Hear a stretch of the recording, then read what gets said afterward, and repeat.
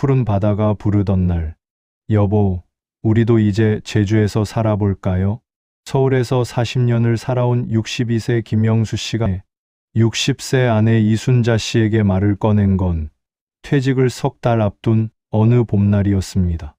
그날은 유난히 미세먼지가 심한 날이었습니다. 창밖을 내다보니 회색빛 하늘에 희뿌연 공기가 가득했죠. 영수 씨는 문득 작년 가을에 다녀온 제주도 여행이 떠올랐습니다. 맑은 하늘, 푸른 바다, 그리고 깨끗한 공기. 그곳에서는 숨 쉬는 것만으로도 기분이 좋아지던 기억이 선명했습니다. 두 사람은 젊은 시절부터 제주도를 참 좋아했습니다. 아이들 손 잡고 갔던 여름휴가, 결혼기념일에 다녀온 올레길 걷기, 정년 퇴직 기념으로 떠난 한라산 등반. 제주는 언제나 그들에게 일상에서 벗어난 자유를 선물해 주던 곳이었죠. 서울은 이제 너무 복잡하고 답답해요. 사람도 많고 공기도 나쁘고. 순자 씨도 남편의 말에 공감했습니다. 40년 넘게 살아온 서울이지만 요즘은 점점 살기 힘들어지는 것 같았습니다.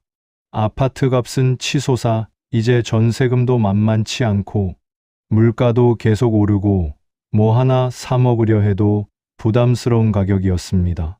우리 나이에 서울에서 월세 살기도 빠듯하잖아요. 제주에 작은 집이라도 하나 마련해서 임대 주면 연금에 보탤 수도 있고.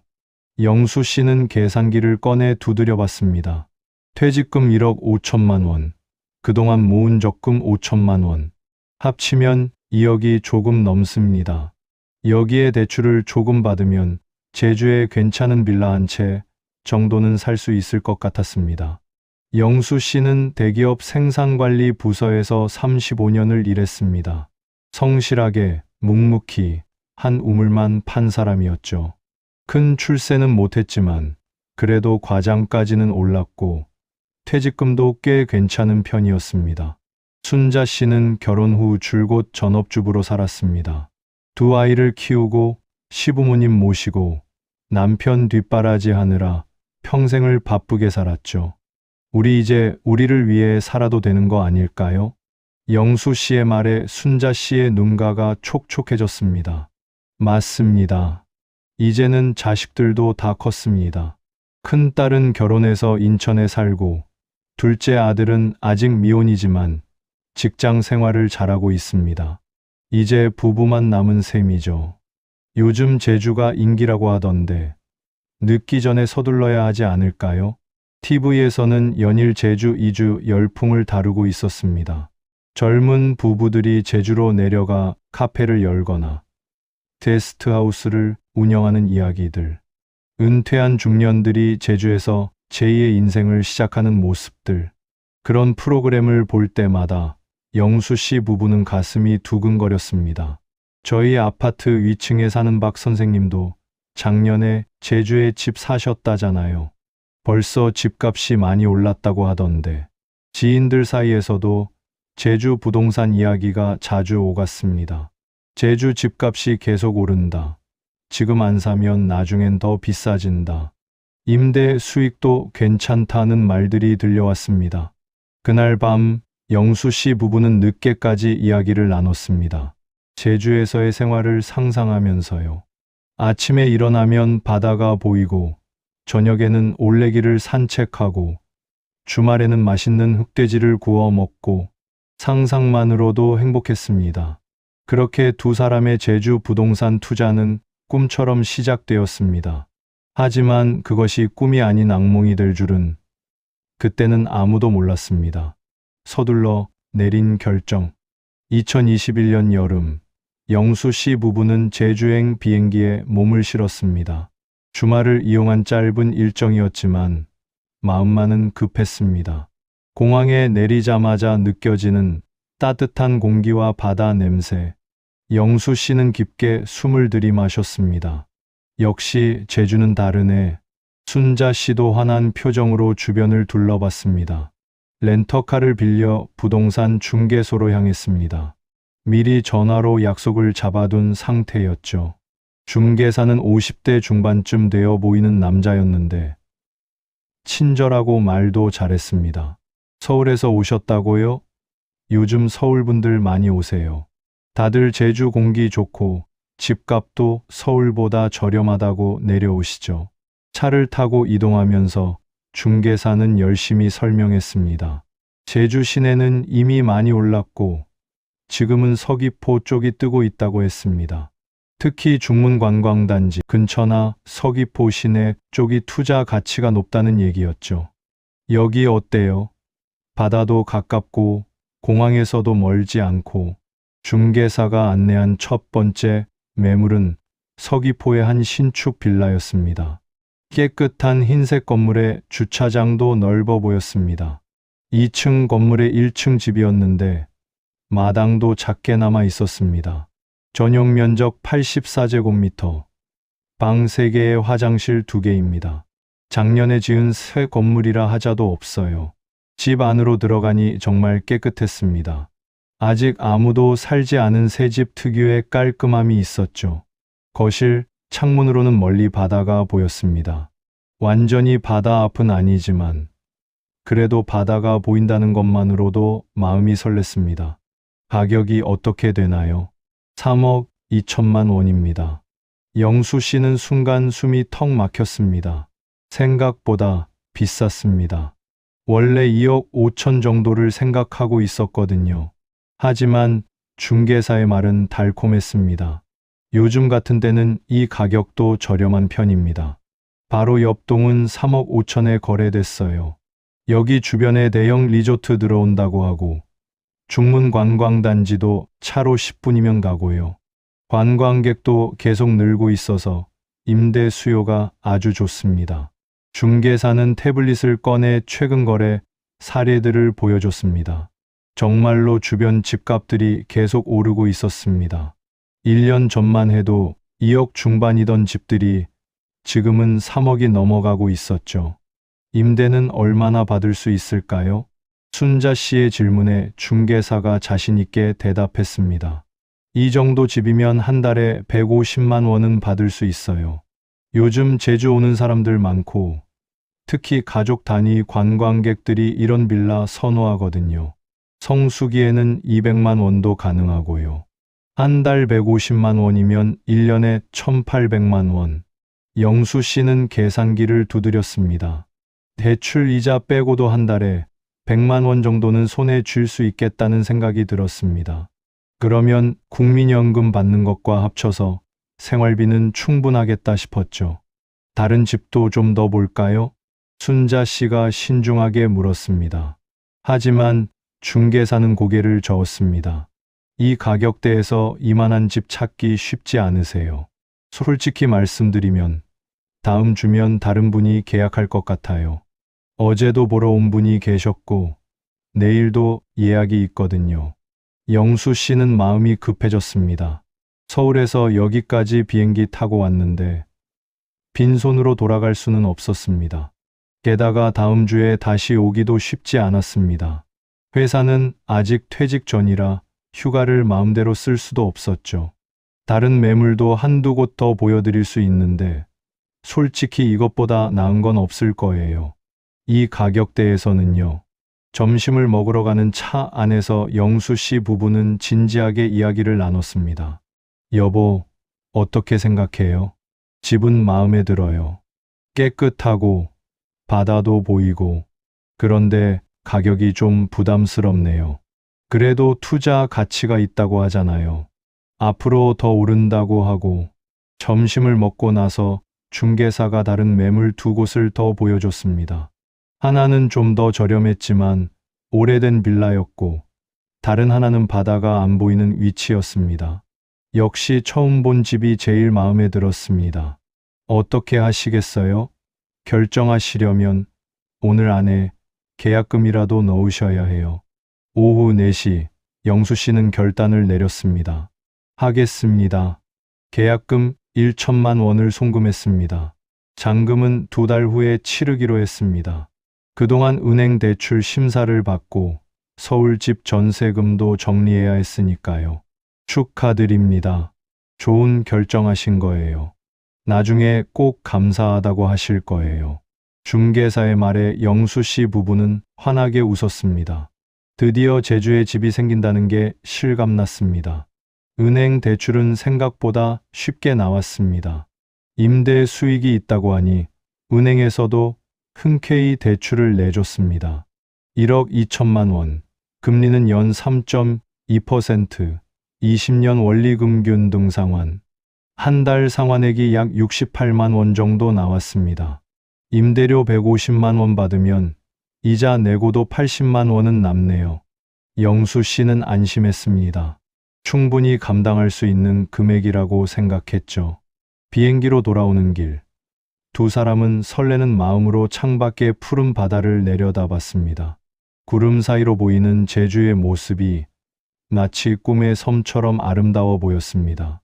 여보, 우리 제주에 집 생겼어요. 순자 씨가 신이 나서 말했습니다. 영수 씨도 오랜만에 기분이 좋았습니다. 40년 직장 생활의 피로가 싹 가시는 것 같았습니다. 그날 밤 두 사람은 소주 한 잔을 했습니다. 제주에서의 미래를 상상하면서요. 언젠가는 그 집에서 직접 살 수도 있을 거고, 아니면 임대를 주고 그 수익으로 편안한 노후를 보낼 수도 있을 거라고 생각했습니다. 그때만 해도 이것이 악몽의 시작일 줄은 몰랐습니다. 그 달콤한 꿈이 얼마나 씁쓸한 현실로 바뀔지 아무도 예상하지 못했습니다. 3점 달라지기 시작한 제주. 2021년 제주 부동산은 정말 뜨거웠습니다. 이건 과장이 아닙니다. 통계를 보면 알 수 있죠. 2020년부터 2021년까지 제주 아파트 가격은 평균 30% 이상 올랐습니다. 어떤 지역은 50%나 오른 곳도 있었습니다. 왜 그랬을까요? 여러 이유가 있었습니다. 첫째, 코로나19 때문이었습니다. 2020년부터 시작된 코로나로 해외여행을 못 가게 되면서 많은 사람들이 제주로 몰렸습니다. 제주는 해외 같은 국내였으니까요. 여행객이 늘면서 숙박시설도 부족해졌고, 그러다 보니 제주에 집을 사서 임대 사업을 하려는 사람들이 많아졌습니다. 둘째, 그때는 금리가 아주 낮았습니다. 은행 이자율이 23%밖에 안 됐으니 돈을 빌려서 집을 사는 게 부담스럽지 않았죠. 어차피 집값 오르면 이득 아니냐는 생각이 퍼져 있었습니다. 셋째, 제주살이 붐이 일었습니다. TV 프로그램에서 연예인들이 제주 생활을 하거나 젊은이들이 제주에서 카페를 열고 느긋하게 사는 모습을 보여주면서 많은 사람들이 나도 제주에서 살고 싶다는 꿈을 꾸게 됐습니다. 영수 씨 부부도 바로 그런 분위기에 휩쓸렸던 겁니다. 잘못이라기보다는 그때는 정말 모두가 그렇게 생각했으니까요. 하지만 세상은 늘 변하는 법입니다. 그리고 그 변화는 생각보다 빨리 찾아왔습니다. 2021년 가을, 영수 씨는 회사에서 정년퇴직을 했습니다. 35년간의 회사 생활을 마무리하는 날, 동료들과 송별회를 하면서도 마음 한편이 뿌듯했습니다. 제주에 집도 있고 앞으로 임대 수익도 들어올 테니 노후가 든든하다는 생각이 들었으니까요. 2021년 12월, 드디어 집에 잔금을 치르고 등기를 마쳤습니다. 서류상으로 정식 집주인이 된 거죠. 순자 씨는 제주에 내려가 집을 청소하고 가구도 조금 들여놓았습니다. 임대를 내놓기 위한 준비였죠. 여보, 사진 찍어서 부동산에 올렸어요. 이제 세입자만 구하면 돼요. 2022년이 밝았습니다. 새해 첫날, 영수 씨 부부는 소박한 소원을 빌었습니다. 건강하게 살고 제주집에 좋은 세입자가 들어오기를. 그런데 이상한 일이 일어났습니다. 문에 전화가 거의 없었습니다. 처음엔 1월이라 비수기라 그런가 보다 했습니다. 하지만 2월이 되어도 3월이 되어도 상황은 나아지지 않았습니다. 가끔 문에 전화가 오긴 했지만 막상 집을 보러 온 사람은 거의 없었습니다. 임대료를 좀 낮춰보시는 게 어떨까요? 부동산 중개사가 조심스럽게 말했습니다. 150만 원은 너무 높다는 거였죠. 요즘은 130만 원 정도가 적당하다고 했습니다. 네. 그런데 작년에는 150만 원도 가능하다고 하셨잖아요. 작년하고 지금하고는 상황이 좀 달라졌어요. 요즘은 제주집 구하는 사람이 많이 줄었거든요. 영수 씨는 당황했습니다. 불과 몇 개월 만에 시장이 이렇게 달라질 수 있다는 게 믿기지 않았습니다. 그런데 더 큰 문제가 있었습니다. 바로 금리였습니다. 2022년 초부터 한국은행이 기준금리를 올리기 시작했습니다. 물가가 너무 많이 오르자 그걸 잡기 위해 금리를 올린 거죠. 그러면서 은행 대출 이자도 함께 올랐습니다. 영수 씨가 받은 대출은 변동금리였습니다. 시장금리가 오르면 대출 이자도 따라 오르는 구조였죠. 처음에는 연 3.2%였는데 2월에는 3.8%, 4월에는 4.5%로 올랐습니다. 그러더니 여름쯤 되니 5%를 넘어서기 시작했습니다. 계산을 해보니 끔찍했습니다. 금액 1억 2천만 원, 5.2%, 이자 약 52만 원. 원금까지 갚는다고 하면 월 상환액이 80만 원이 넘었습니다. 여보, 이러면 임대료 130만 원 받아봤자 손에 쥐는 게 50만 원도 안 돼요. 순자 씨의 목소리가 떨렸습니다. 게다가 관리비도 있고 재산세도 내야 했습니다. 가구며 가전을 들여놓느라 쓴 돈도 몇백만 원이 들어갔죠. 일단은 세입자부터 구해야죠. 그나마 임대료라도 들어와야. 하지만 세입자는 나타나지 않았습니다. 임대료를 120만 원으로 낮춰봤지만 여전히 반응이 없었습니다. 이유가 뭘까요? 영수 씨는 인터넷을 검색해보기 시작했습니다. 그러면서 알게 된 충격적인 사실들이 있었습니다. 첫째, 코로나가 끝나면서 사람들이 다시 해외로 여행을 가기 시작했습니다. 2022년 봄부터 해외여행 제한이 풀리기 시작했습니다. 그러자 사람들은 그동안 못 갔던 해외로 달려갔습니다. 일본, 동남아, 유럽, 제주는 더 이상 유일한 선택지가 아니었습니다. 둘째, 제주를 찾는 관광객이 줄었습니다. 2021년에는 제주 관광객이 1200만 명이 넘었는데 2022년에는 1000만 명 정도로 줄었습니다. 2023년에는 더 줄어들 것으로 예상됐죠. 관광객이 줄면 숙박 수요도 줄어듭니다. 셋째, 공급은 엄청나게 늘었습니다. 영수 씨 부부처럼 투자 목적으로 집을 산 사람들이 2020년부터 2021년 사이에 엄청 많았습니다. 그 사람들이 이제 동시다발적으로 임대를 내놓기 시작한 겁니다. 게다가 새로 지은 빌라와 펜션들도 계속 늘어났죠. 쉽게 말하면 이렇습니다. 예전엔 찾는 사람은 많은데 집은 부족한 상황이었다면 이제는 집은 넘쳐나는데 빌리려는 사람이 부족한 상황이 된 겁니다. 2022년 여름, 영수 씨는 매일 밤 잠을 설쳤습니다. 부동산 앱을 켜서 주변 시세를 확인했지만 집값은 오히려 조금씩 떨어지고 있었습니다. 3억 2천만 원에 샀던 집이 이제는 3억 정도에도 안 팔릴 것 같았습니다. 넷째, 금리 인상이 계속됐습니다. 한국은행은 2022년 한 해 동안 무려 6번이나 금리를 올렸습니다. 1.25%에서 3.5%까지 단숨에 올린 거죠.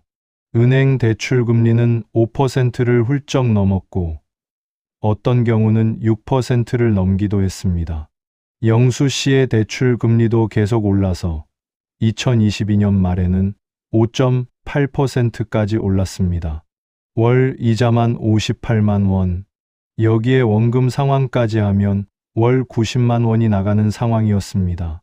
이건 뭐 임대를 줘도 적자고 안 주면 더 큰 적자네요. 영수 씨는 한숨을 내쉬었습니다. 그동안 자기 돈으로 이자를 내느라 몇백만 원이 나갔습니다.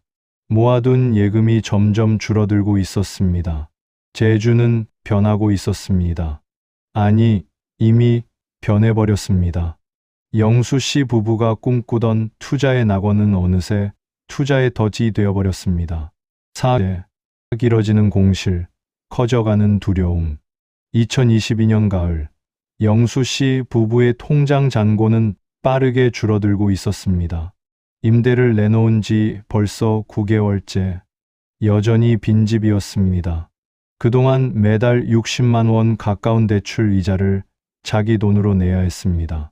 9개월이면 540만 원. 여기에 관리비, 재산세, 화재보험료까지 합치면 600만 원이 훌쩍 넘었습니다. 여보, 우리 적금이 이미 1000만 원이나 줄었어요. 순자 씨의 목소리에 불안이 가득했습니다. 영수 씨도 매일 밤 뒤척였습니다. 잠이 오지 않았습니다. 눈을 감으면 숫자들이 머릿속을 맴돌았습니다. 대출금 1억 2천만 원, 월이자 60만 원, 줄어드는 예금. 차라리 팔까요? 영수 씨가 조심스럽게 말을 꺼냈습니다. 하지만 순자 씨는 걱정스러운 표정으로 고개를 저었습니다. 팔면 손해잖아요. 그리고 지금 팔리기나 할까요?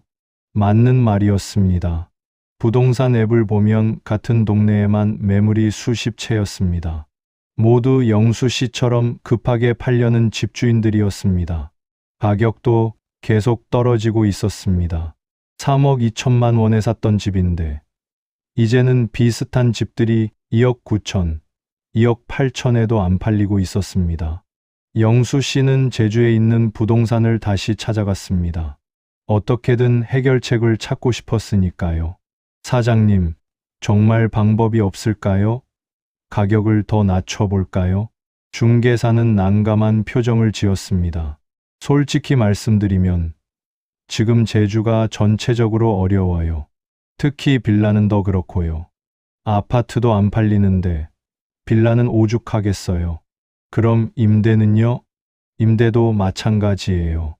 요즘 제주 와서 장기로 살려는 사람이 별로 없어요. 다들 여행 올 때만 짧게 머물다 가죠. 그나마 펜션이나 게스트하우스가 낫지. 일반 주택은 수요가 정말 없어요. 영수 씨는 무릎에 힘이 풀렸습니다. 그때까지만 해도 시간이 지나면 나아지겠지 하는 희망이 있었는데 그마저도 사라지는 것 같았습니다. 한 가지 방법이 있긴 있어요. 중개사가 조심스럽게 말했습니다. 월세를 90만 원 정도로 낮추시면 어떨까요? 그러면 현지에 사는 사람들이라도 관심을 가질 수 있어요. 제주에서 일하는 젊은 사람들이나 가족들 있잖아요. 90만 원. 영수 씨는 암담했습니다. 90만 원 받으면 이자 내고 나면 30만 원밖에 안 남습니다. 관리비 빼면 20만 원. 이게 무슨 투자인가 싶었죠. 하지만 선택의 여지가 없었습니다. 빈집으로 두는 것보다는 90만 원이라도 받는 게 나았습니다. 2022년 11월, 드디어 세입자가 나타났습니다. 제주에서 카페를 운영하는 30대 부부였습니다. 2살짜리 아이가 있어서 넓은 집이 필요했다고 했습니다. 조건이 괜찮네요. 이 가격이면 할게요. 영수 씨 부부는 안도의 한숨을 쉬었습니다. 드디어 임대료가 들어오는구나. 하지만 첫 달 임대료를 받고 나서 계산을 해보니 기쁨보다는 허탈함이 더 컸습니다. 월 수지 계산, 임대료 수입 90만 원, 대출이자 58만 원, 관리비 12만 원, 재산 세월 환산 7만 원, 실제 수입 13만 원, 한 달에 13만 원, 하루로 치면 4,300원 정도였습니다. 햄버거 2개 값도 안 됐습니다. 이게 뭐 하는 짓인지 모르겠어요. 순자 씨가 한숨을 쉬었습니다. 3억이 넘는 돈을 투자해서 한 달에 13만 원을 버는 것. 게다가 1억 2천만 원이라는 빚까지 짊어진 것. 이게 과연 합리적인 일일까요? 영수 씨는 밤마다 후회했습니다. 그때 왜 그렇게 급하게 결정했을까? 좀 더 신중하게 알아볼 걸. 대출을 덜 받을 걸. 하지만 후회해봤자 돌아갈 수는 없었습니다. 더 큰 문제는 따로 있었습니다. 2023년 초 뉴스에서 한국은행이 또 금리를 올릴 수도 있다는 보도가 나왔습니다. 만약 금리가 6%를 넘어가면 월 이자만 60만 원이 넘어갑니다. 그럼 임대료 90만 원 받아도 손에 쥐는 건 10만 원도 안 되는 셈이죠. 차라리 파는 게 나을까요? 영수 씨가 다시 말을 꺼냈습니다. 이번에는 순자 씨도 고개를 끄덕였습니다. 그래요. 이렇게 스트레스 받으면서 사느니 손해를 보더라도 파는 게 나을 것 같아요. 하지만 파는 것도 쉽지 않았습니다. 주변 시세가 계속 떨어지고 있었거든요. 2023년 초 비슷한 집들이 2억 7천, 2억 6천에도 안 팔리고 있었습니다. 영수 씨가 산 가격에서 무려 5, 6천만 원이나 떨어진 거죠. 이 가격에 팔면 대출금 갚고 나면 우리 손에 남는 게 1억 5천도 안 돼요. 원래 있던 돈 2억이 1억 5천으로 줄어드는 거예요. 계산을 해보니 눈앞이 캄캄했습니다. 3년 동안 받은 스트레스는 차치하고 돈으로만 따져도 5천만 원 넘게 손해를 보는 상황이었습니다. 영수 씨는 하루하루가 고통이었습니다. 아침에 일어나면 가장 먼저 부동산 앱을 켰습니다. 혹시 주변 시세가 올랐나 확인하기 위해서였죠. 하지만 매번 실망만 했습니다. 가격은 오르지 않았고 오히려 조금씩 더 떨어지고 있었으니까요. 친구들을 만나도 마음이 편치 않았습니다. 제주 집은 잘 되고 있어? 하고 물어보면 거짓말로라도 잘 되고 있어 라고 대답해야 했습니다. 진실을 말하기엔 너무 창피했습니다. 순자 씨도 힘들어했습니다. 요즘은 두통이 자주 왔고 입맛도 없었습니다. 걱정 때문인 걸 알면서도 어쩔 수가 없었습니다. 여보, 우리 이러다가 큰일 나는 거 아니에요? 건강까지 잃으면 어떡해요? 순자 씨의 말에 영수 씨도 걱정이 됐습니다. 60대 중반의 나이에 이런 스트레스를 받는 게 몸에 좋을 리 없었습니다. 혈압도 올랐고 당뇨 수치도 나빠졌습니다. 이건 단순히 돈의 문제가 아니었습니다. 건강의 문제였고 삶의 질의 문제였습니다. 영수 씨 부부는 돈을 벌려다가 오히려 건강과 평화를 잃고 있었습니다. 5점, 우리가 뭘 잘못한 걸까요? 2023년 여름, 어느 무더운 날 저녁이었습니다. 영수 씨 부부는 거실에 마주 앉아 있었습니다. TV에서는 제주 부동산 침체를 다루는 뉴스가 나오고 있었습니다. 제주 부동산 시장이 급격히 냉각되면서 투자자들의 피해가 속출하고 있습니다. 특히 은퇴 자금을 투자한 시니어 투자자들의 어려움이 크다고 합니다. 화면에는 영수 씨 부부와 비슷한 처지의 사람들이 나왔습니다. 60대 후반의 한 남성은 퇴직금 2억을 제주 펜션에 투자했다가 1억밖에 못 건졌다 며 눈물을 흘렸습니다. 70대 여성은 대출 이자를 못 내서 집을 은행에 넘기게 됐다고 했습니다. 우리만 이런 게 아니네요. 순자 씨가 중얼거렸습니다. 조금은 위안이 됐습니다. 자신들만 바보같이 실수한 게 아니라는 생각이 들었으니까요. 하지만 동시에 더 슬펐습니다. 이렇게 많은 사람들이 비슷한 고통을 겪고 있다니. 우리가 뭘 잘못한 걸까요? 영수 씨는 지난 2년을 되돌아봤습니다. 처음으로 차분하게, 객관적으로 자신들의 실수를 분석해봤습니다. 첫 번째 실수 충분히 알아보지 않았다. 가장 큰 실수는 이것이었습니다. 주말 하루 만에 제주를 다녀와서 집을 샀습니다. 그 동네가 어떤 곳인지, 주변에 어떤 시설이 있는지, 실제 임대 수요가 얼마나 되는지 제대로 알아보지 않았습니다.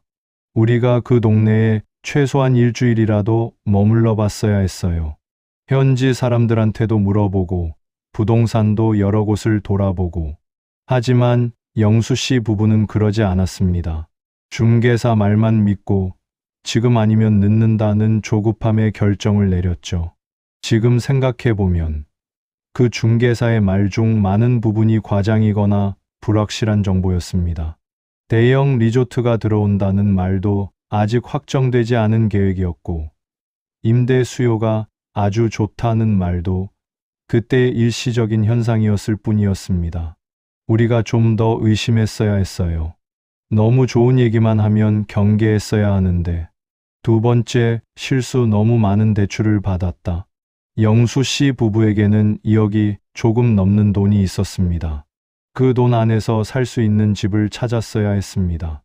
2억이면 제주에 좀 작은 집이나 오래된 빌라 정도는 살 수 있었을 겁니다. 하지만 욕심이 났습니다. 조금 더 좋은 집을 사면 임대도 잘 되겠지라는 생각에 1억 2천만 원이나 빌렸습니다. 60대 중반의 부부가 1억이 넘는 빚을 진다는 게 얼마나 위험한 일인지 깊이 생각하지 못했습니다. 은퇴한 사람이 큰 빚을 지면 안 되는 거였어요.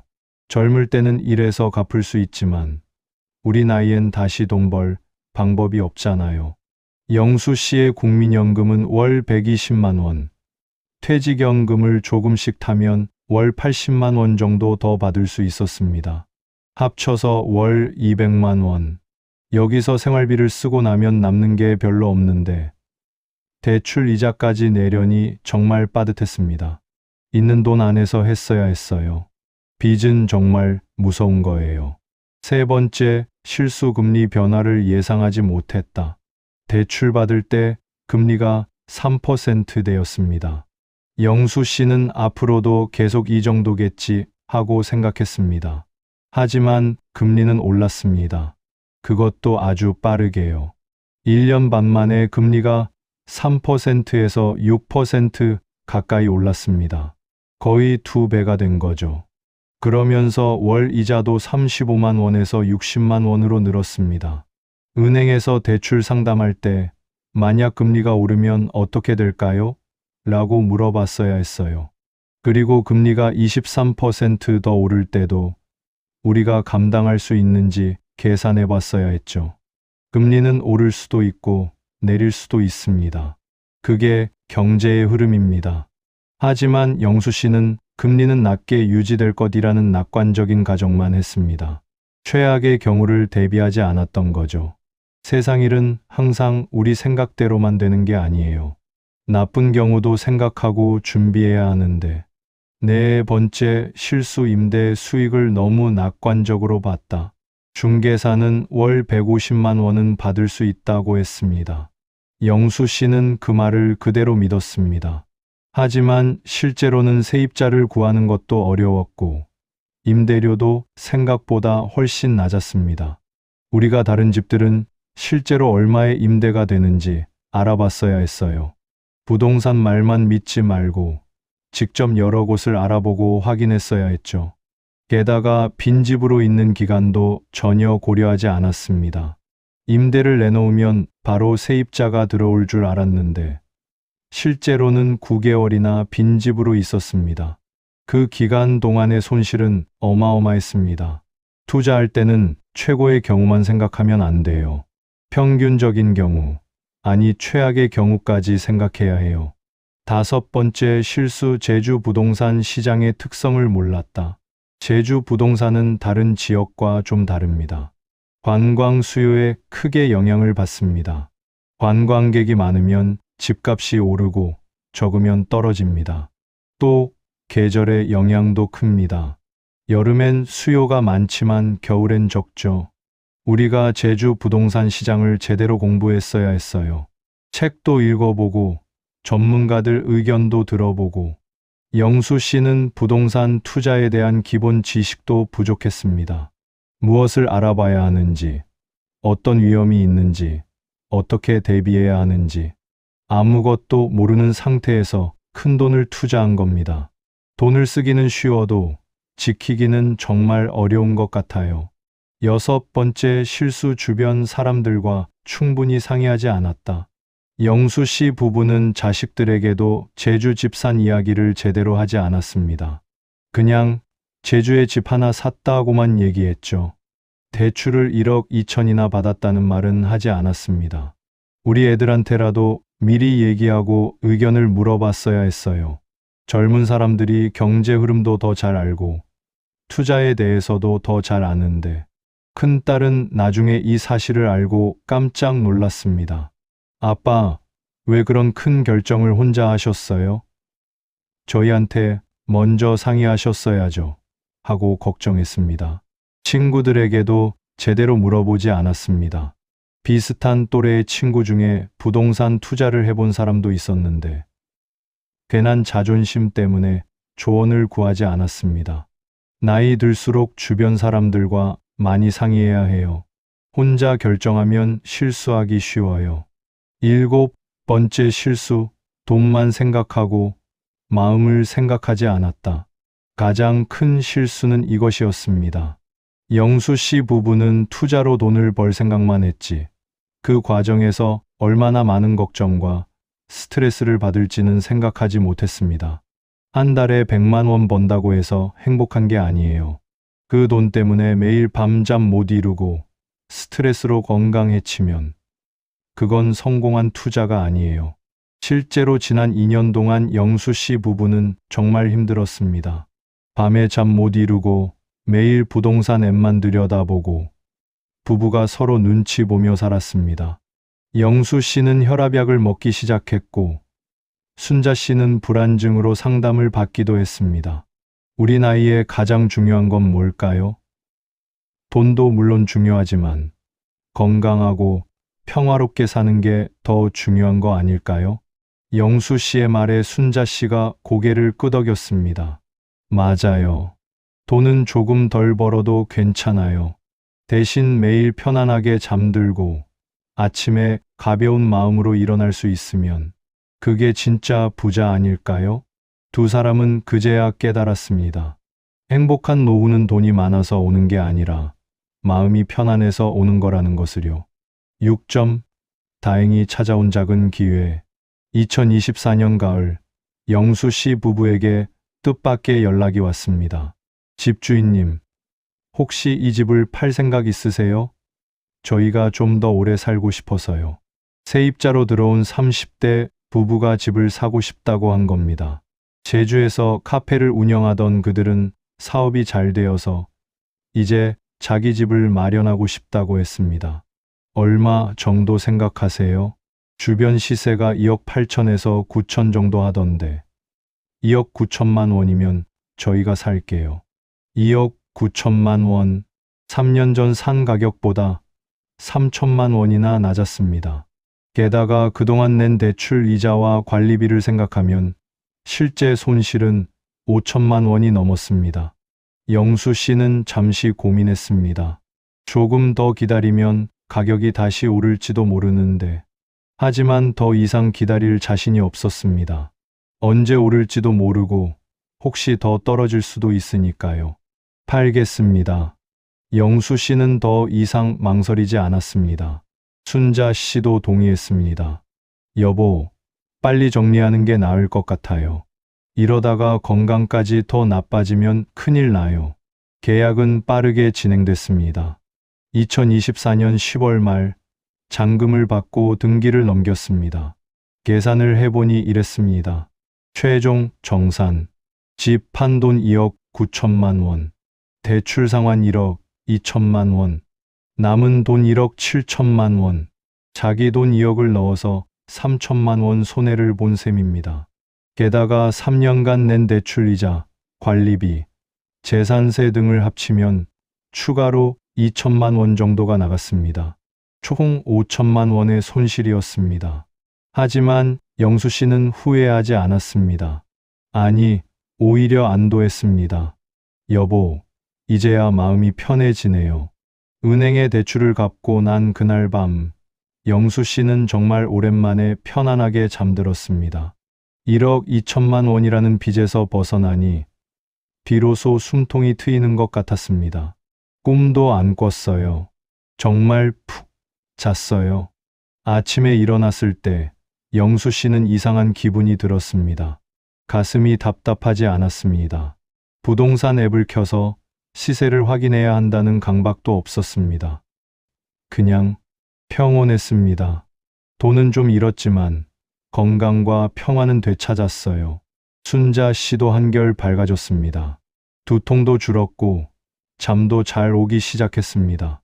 부부가 다시 웃으며 대화할 수 있게 됐습니다. 남은 돈 1억 7천만 원은 어떻게 했을까요? 영수 씨 부부는 신중하게 결정했습니다. 1억은 은행 정기예금에 넣었습니다. 금리가 4.5%였으니 1년에 450만 원, 한 달에 37만 원 정도의 이자를 받을 수 있었습니다. 나머지 7천만 원은 세 부분으로 나눴습니다. 3천만 원은 비상금으로 저축은행 자유예금에, 2천만 원은 국채에 투자 안전하고 금리도 괜찮아서, 2천만 원은 두 자녀에게 각각 1천만 원씩 증여. 애들한테 미안한 마음도 있고 우리가 다 쓰기엔 너무 많으니까요. 큰딸과 둘째 아들은 처음엔 거절했지만 영수 씨 부부의 강권으로 받았습니다. 아빠, 엄마, 고마워요.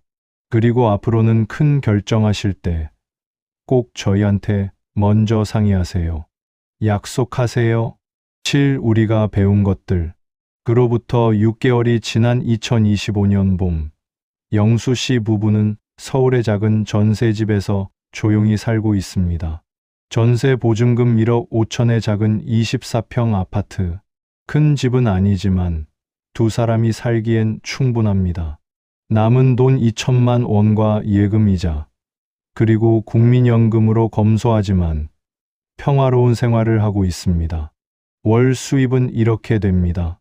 국민연금 120만 원, 퇴직연금 80만 원, 예금이자 37만 원, 국채이자 7만 원, 합계 244만 원. 빚이 없으니 이 돈으로 충분히 살 수 있습니다. 생활비로 180만 원 정도 쓰고 나머지는 저축하거나 여행비로 씁니다. 제주에 대한 꿈은 아직 있어요. 하지만 이제는 방법이 달라요.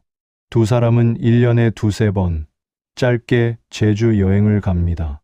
게스트하우스에 머물며 바다를 보고 맛있는 것도 먹고 여유롭게 산책도 합니다. 일주일 정도 머물다 오는데 비용은 두 사람 합쳐서 100만 원 정도면 충분합니다. 집이 있으면 관리도 해야 하고 세금도 내야 하고 걱정도 많잖아요. 이렇게 가끔 놀러 오는 게 훨씬 마음 편해요. 어느 날 제주를 여행하던 중 우연히 그 집 앞을 지나게 됐습니다. 3년 전 자신들이 샀던 그 집, 지금은 새 주인이 살고 있었습니다. 마당에는 아이 자전거와 장난감들이 놓여 있었고 빨래가 햇볕에 말리고 있었습니다. 잘 살고 있는 것 같네요. 영수 씨는 씁쓸하면서도 한편으로는 다행이라는 생각이 들었습니다. 자신들에게는 아픈 기억의 집이지만 저 가족에게는 행복한 보금자리가 되었으니까요. 영수 씨 부부는 지난 3년간의 경험을 통해 많은 것을 배웠습니다. 그리고 같은 처지의 시니어들에게 꼭 전하고 싶은 이야기가 있습니다. 천천히 생각하세요. 급하게 결정할 필요 없습니다. 지금 아니면 늦는다는 말에 흔들리지 마세요. 진짜 좋은 기회는 조급함을 요구하지 않습니다. 몇 달, 1년 걸리더라도 충분히 알아보고 주변 사람들과 상의하고 마음의 확신이 들 때 결정하세요. 부동산은 도망가지 않습니다. 이번에 놓쳐도 또 다른 기회는 옵니다. 빚은 정말 조심하세요. 젊을 때는 빚을 갚을 시간이 있지만 우리 나이엔 다시 돈 벌기가 어렵습니다. 특히 은퇴 후에는 수입이 한정되어 있기 때문에 큰 빚은 평생의 짐이 될 수 있습니다. 있는 돈 안에서 할 수 있는 일을 찾는 게 훨씬 안전합니다. 욕심 부리지 마세요. 작은 집, 작은 투자라도 빚 없이 하는 게 훨씬 낫습니다. 금리는 오를 수 있어요. 대출 받을 때 금리가 낮다고 안심하지 마세요.